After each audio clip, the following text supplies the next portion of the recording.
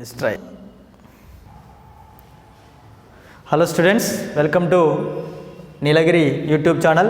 మనకు ఈరోజు junior economics L7 lecture 7లో nature and scope of economics సంబంధించి క్విజ్నే అండ్ టార్గెట్ ఏమని చెప్పిండు, ఎకనామికల్ యాక్టివిటీస్ ఏ విధంగా ఉంటాయి, మనీ రోల్ అనేది సొసైటీలో ఏ విధంగా ఉంటుంది, మనీ అనేది ఈ హ్యూమన్ వాంట్స్ని సాటిస్ఫాక్షన్ చేసుకోవడానికి మనీ అనేది ఏ విధంగా యూజ్ ఉంటుంది అనే దాని గురించి మనం అన్నిటి గురించి తెలుసుకున్నాం. నెక్స్ట్ ట్రెడిషనల్ ఎకనామిక్స్ మొత్తం కూడా దేని గురించి ఎక్స్ప్లెయిన్ చేస్తుంది అనే దాని గురించి చేసినాం. టోటల్గా ఓవరాల్గా వచ్చేసరికి ట్రెడిషనల్ ఎకనామిక్స్లో మొత్తం కూడా ఏమని చెప్పారు, ఎకనామిక్స్ దేని గురించి ఎక్స్ప్లెయిన్ చేస్తుందంటే కన్జంప్షన్ గురించి, ప్రొడక్షన్ గురించి, అర్థమైందా, ఎక్స్చేంజ్ గురించి, ఇంకా ఇన్కమ్ గురించి, అర్థమైందా, ఎంప్లాయ్మెంట్ గురించి, ప్లానింగ్స్ అండ్ డెవలప్మెంట్ గురించి ఎక్స్ప్లెయిన్ చేస్తుందనే దాని గురించి మొత్తం కూడా ట్రెడిషనల్ ఎకనామిక్స్ మనకు ఎక్స్ప్లెయిన్ చేయడం అనేది జరిగింది. సరే, మరి మోడర్న్ ఎకనామికల్ థియరీకి వచ్చేసరికి, మోడర్న్ ఎకనామిక్స్ అంటే ఇప్పుడు ఉన్నటువంటి కీన్స్కి, ఇప్పుడు మోడర్న్ ఎకనామిక్స్ 2 టైప్స్లో డివైడ్ చేయడం అనేది జరిగింది. ఎకనామిక్స్ని 2 టైప్స్లో డివైడ్ చేసినటువంటి ఎకనామిస్టు రాగ్నార్ ఫ్రిష్ అనమాట. ఓకేనా, ఈ రాగ్నార్ ఫ్రిష్ ఏం చేస్తుంది, ఎకనామిక్స్ని 2 టైప్స్గా డివైడ్ చేయడం అనేది జరిగింది. అదే ఒకటి మైక్రో ఎకనామిక్స్, 2 మాక్రో ఎకనామిక్స్. ఒకటి మైక్రో ఎకనామిక్స్, 2 మాక్రో ఎకనామిక్స్. అయితే 1930s అంటే ఎప్పుడైతే J M Keynes the general theory of employment, interest and money, అనేటటువంటి ఒక గ్రంథం రాసి అక్కడ ఉన్నటువంటి, అంటే 1930s వరకు ఉన్నటువంటి 1930s ముందు ఉన్నటువంటి ఎకనామికల్ సొసైటీ మొత్తం కూడా మైక్రో ఎకనామిక్స్ మీద డిపెండ్ అయితే 1930s తర్వాత వరల్డ్ మొత్తం కూడా మాక్రో ఎకనామికల్ సిస్టమ్ మీద డిపెండ్ కావడం అనేది జరిగింది. అంటే 1930 to 30 బిఫోర్ ఏమో మైక్రో ఎకనామికల్ సిస్టమ్ మీద డిపెండ్ అయింది. 1930 తర్వాత ఆల్ ఆర్ ఎకనామికల్, అంటే వరల్డ్లో అన్ని ఎకనామికల్ సిస్టమ్ మొత్తం కూడా దేని మీద డిపెండ్ అయినంటే మాక్రో ఎకనామికల్ ఎనాలిసిస్ మీద డిపెండ్ కావడం అనేది జరిగింది. మరి ఎందుకు 1930sకు ముందు మైక్రో ఎకనామీ వచ్చింది, తర్వాత 1930 తర్వాత మాక్రో ఎకనామిక్స్ వచ్చింది అనే దాని గురించి ముందు క్లాసులో ఎక్స్ప్లెయిన్ చేయడం అనేది జరుగుతుంది. అంటే మైక్రో ఎకనామిక్స్లో వచ్చినటువంటి ఈ కొన్ని రకాలైనటువంటి ప్రాబ్లమ్స్కి ఈ మైక్రో ఎకనామిక్స్ సొల్యూషన్ చూపించలేకపోవడం వల్ల అప్పుడు జేఎం కీన్స్ రాసినటువంటి famous book the general theory of employment, interest and money, సాధారణ ఆదాయ ఉద్యోగిత సిద్ధాంతం అనేటటువంటి గ్రంథంలో అప్పుడున్నటువంటి ఎకనామికల్ ప్రాబ్లమ్స్కి ఈ మాక్రో ఎకనామిక్స్ సొల్యూషన్ చూపించడం అనేది జరిగింది. అందుకే 1930s తర్వాత ఈ macro economics, nowadays we are using all macro economical theory. ఓకేనా, ఇలా రావడం అనేది జరిగింది. సో ఎకనామిక్స్ని 2 టైప్స్గా డివైడ్ చేసినటువంటి ఎకనామిస్ట్ ఎవరని చెప్పినా రాగ్నార్ ఫ్రిష్. మరి మైక్రో ఎకనామిక్స్ బాగా ఇంపార్టెన్స్ ఇచ్చినటువంటి ఎకనామిక్స్ ఎవరంటే ఆల్ఫ్రెడ్ మార్షల్. మరి ఆల్ఫ్రెడ్ మార్షల్ యొక్క డెఫినేషన్ ఏంటిది, వెల్ఫేర్ డెఫినేషన్. అర్థమైందా? మరి who is the father of economics? Adam Smith. అర్థమైందా? ఆడమ్ స్మిత్ ఫేమస్ బుక్ ఏంది, వెల్త్ ఆఫ్ నేషన్స్ అనమాట. వెల్త్ ఆఫ్ నేషన్స్ అనేటటువంటిది అతని యొక్క famous book. Wealth of nations అనేటువంటి బుక్ ఏ ఇయర్లో రాసిండో, 1776. ఎప్పుడైతే వెల్త్ ఆఫ్ నేషన్ అనేటటువంటి బుక్ రాసిండో అప్పుడే ఎకనామిక్స్ ఒక స్పెషల్ సైన్స్ మనకు సొసైటీలోకి రావడం అనేది జరిగింది. మరి మైక్రో ఎకనామిక్స్కి ఏమో ఆల్ఫ్రెడ్ మార్షల్ బాగా ఇంపార్టెన్స్ ఇవ్వడం అనేది జరిగింది. మైక్రో ఎకనామికల్ ప్రిన్సిపల్స్ మొత్తం కూడా traditional economical theory and micro ఎకనామిక్స్లో ఏది ప్రైస్ థియరీ కావచ్చు, డిమాండ్ థియరీ కావచ్చు, సప్లై థియరీ కావచ్చు, కాస్టెస్ కావచ్చు, అర్థమైందా, రెవెన్యూ అనాలిసిస్ మొత్తం కూడా మైక్రో ఎకనామిక్స్ ద్వారా మనం ఎక్స్ప్లెయిన్ చేసుకోవడం అనేది జరుగుతుంది. మరి దీని తర్వాత అంటే 1930 తర్వాత మాక్రో ఎకనామిక్స్ రావడం అనేది జరిగింది. మరి మాక్రో ఎకనామిక్స్ దేని గురించి ఎక్స్ప్లెయిన్ చేసింది అనే దాని గురించి మనం ముందు క్లాస్లో మనం ఎక్స్ప్లెయిన్ చేసుకోవడం అనేది జరిగింది. So micro economics is divided from the Greek word. What is that? Micros. What is that? Micros. Microeconomics లో మైక్రో అనేటటువంటి word is divided into from the Greek word micros. Its meaning small.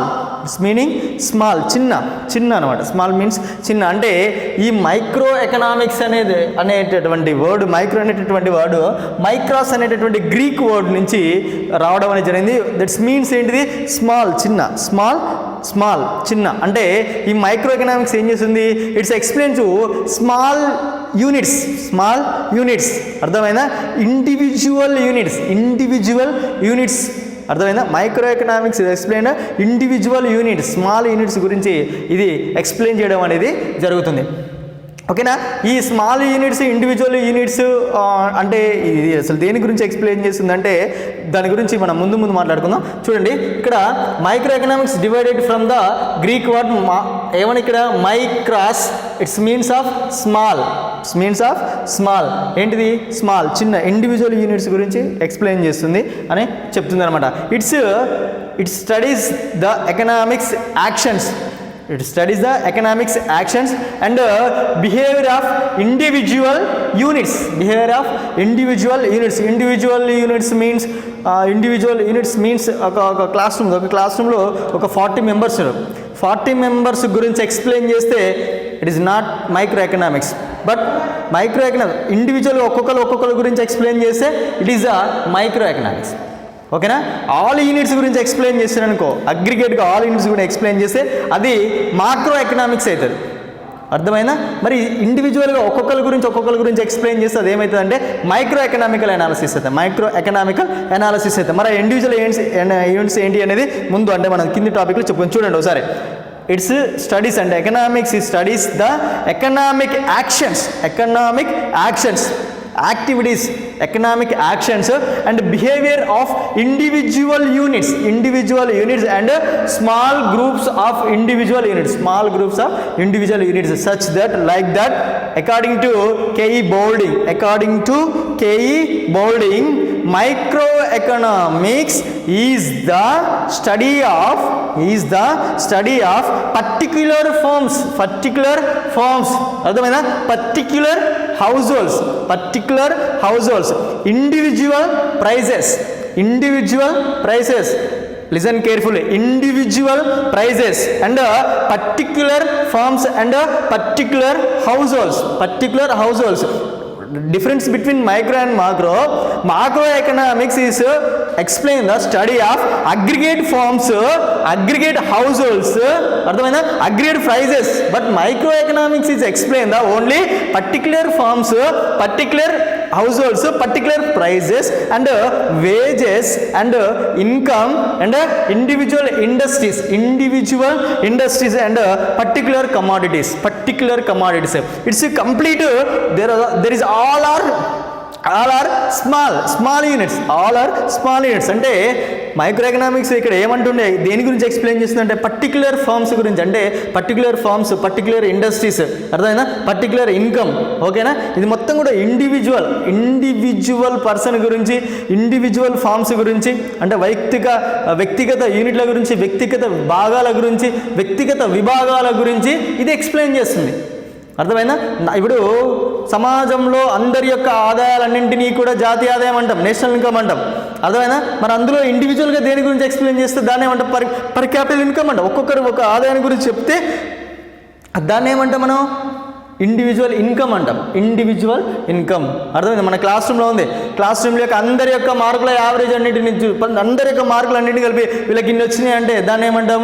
Macro కిందికి వస్తుంది. అదేంటిది? Aggregate అనమాట. కానీ ఒక్కొక్కరి గురించి explain చేస్తే అది దేని కిందికి వస్తుంటే మైక్రో ఎకనామిక్స్ గురించి రావడం అనేది జరుగుతుంది. అందుకని ఏమంటాడు K.E. Boulding, micro economics is the study of particular firms, particular households అంటే సొసైటీలో ఉన్నటువంటి గృహ ఉపయోగాలన్నిటి గురించి, గృహ అవసరాలన్నిటి గురించి ఎకనామిక్స్లో హౌస్ హోల్డ్స్ అనేది కూడా వెరీ ఇంపార్టెంట్ టాపిక్ అనమాట. Individual prices how to make the prices. అర్థమైనా? ఇప్పుడు మనం ఏం చేసినాం ఇంతకుముందు క్లాస్లో? కన్జంప్షన్ అన్నాం, ప్రొడక్షన్ అన్నాం, డిస్ట్రిబ్యూషన్ అన్నాం. కన్జంప్షన్, ప్రొడక్షన్, డిస్ట్రిబ్యూషన్, ఇన్కమ్ అన్నాం. వీటి బ్యాక్ సైడ్ కూడా ఒక పెద్ద రోలింగ్ అని, ఆ రోల్ దేని మీద డిపెండ్ అవుతుందంటే ఇండివిజువల్ ప్రైజెస్ అంటాం. ఇండివిజువల్ ప్రైజెస్ ఒక వస్తువు యొక్క ధరలు, అర్థమైనా? ఒక వస్తువు యొక్క గూడ్ అంటే ఒక పర్టికులర్ ప్రొడక్షన్కి ఏ విధంగా ప్రైజెస్ని డిసైడ్ చేయగలుగుతాం, అర్థమైనా? ఒక లేబరర్ ఈ రోజుకు వేజెస్ ఉంటాయి. ఈరోజు ఈవినింగ్కి అతని యొక్క లేబర్ పవర్ యూజ్ చేయడం వల్ల మనం సాయంత్రంకి వచ్చేసరికి అతనికి వేజెస్ ఇవ్వాలి. మరి ఆ వేజెస్ని ఏ విధంగా డిసైడ్ చేస్తాం, ఒక గూడ్కి ఏ విధంగా ప్రైజెస్ని డిసైడ్ చేస్తాం అనే దాని గురించి ఇండివిజువల్గా ఏది ఎక్స్ప్లెయిన్ చేస్తుంది? మైక్రో ఎకనామిక్స్ ఎక్స్ప్లెయిన్ చేస్తుంది, అర్థమైనా? ఇన్కమ్ ఏంటిది? Income I'm already explain what is that. అందరి ఆదాయాలు అంటే ఆల్ సొసైటీలో ఉన్నటువంటి అందరి ఇన్కమ్ ఏమవుతుంది? అది నేషనల్ ఇన్కమ్ అవుతుంది, ఓకేనా? మరి ఇండివిజువల్గా ఎక్స్ప్లెయిన్ చేస్తే దాన్ని ఏమంటారు? పర్ క్యాపిటల్ ఇన్కమ్ అంట. Per capital income means average income. What is that? Average income. దాన్ని ఏమంటాం మనం ఇక్కడ? ఇండివిజువల్ ఇన్కమ్ అంటాం, ఓకేనా? నెక్స్ట్ ఏంటిది? Individual industry mean all. ఇప్పుడు ఇండస్ట్రీస్ డిఫరెంట్గా ఉంటాయి. ఒక ఇండస్ట్రీ దేనికి సంబంధించింది, ఇంకో ఇండస్ట్రీ దేనికి సంబంధించి, ఇంకో ఇండస్ట్రీ దేనికి సంబంధించి, ఏ గూడ్స్ ప్రొడక్షన్ చేస్తారు, ఎంత ప్రొడక్షన్ చేస్తుంది, ఎవరి కోసం, ఇప్పుడు what to production, how to production, whom to production, అర్థమైనా? వీటన్నిటి గురించి ఇండివిజువల్గా ఎక్స్ప్లెయిన్ చేస్తుంది, అర్థమైనా? The type of industry production by A type of goods అంటే లగ్జరీ గూడ్సా, అర్థమైనా? కన్జంప్షన్ గూడ్సా, అర్థమైనా? మిడిల్ క్లాస్ గూడ్సా, ఏ గూడ్స్ ప్రొడక్షన్ చేస్తున్నా అనే దాని గురించి కూడా ఎక్స్ప్లెయిన్ చేస్తుంది. ఇక్కడ ఏమన్నాడంటే పర్టికులర్ కమాడిటీస్ మీన్స్ వస్తువులు, గూడ్స్, అర్థమైనా? వస్తువుల గురించి పర్టికులర్ కమాడిటీస్, ఏ రకమైనటువంటి వస్తువులు, లగ్జరీ గూడ్సా లేకపోతే కన్జంప్షన్ గూడ్సా, వినియోగరకమైన వస్తువుల, విలాసవంతమైన వస్తువుల, దేని గురించి ఎక్స్ప్లెయిన్ చేస్తుంది అనే దాని గురించి ఈ కేఈ బోల్డింగ్ మైక్రో ఎకనామికల్ అనాలిసిస్ అనేది ఎక్స్ప్లెయిన్ చేయడం అనేది జరిగింది. దీని గురించి డీప్గా లెక్చర్ 8లో మనం మాట్లాడుకుందాం.